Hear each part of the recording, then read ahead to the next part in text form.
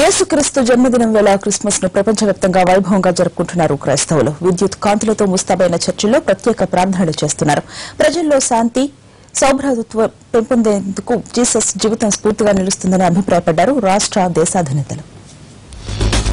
ప్రపంచవ్యాప్తంగా క్రిస్మస్ వేడుకలు ఘనంగా జరుగుతున్నాయి. కరుణామయుడు శాంతి దూత క్రీస్తు జన్మదినమైన క్రిస్మస్ సందర్భంగా ప్రత్యేక ప్రార్థనలు చేస్తున్నారు క్రైస్తవులు. ఈ సందర్భంగా వాటికన్ సిటీ దేదీప్యమానంగా వెలిగిపోతోంది.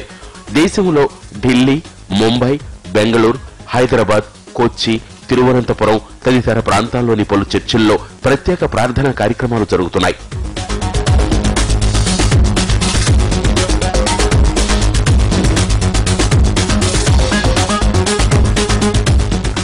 క్రిస్మస్ సందర్భంగా చర్చిలను ప్రత్యేకంగా అలంకరించారు.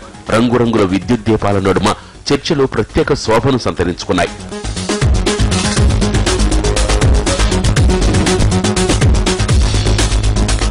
ఇటు తెలుగు రాష్ట్రాల్లో క్రిస్మస్ వేడుకలు వైభవంగా జరుగుతున్నాయి. హైదరాబాద్, మెదక్ చర్చితో పాటు తెలంగాణలోని పలు చర్చిల్లో ప్రత్యేక కార్యక్రమాలు నిర్వహిస్తున్నారు.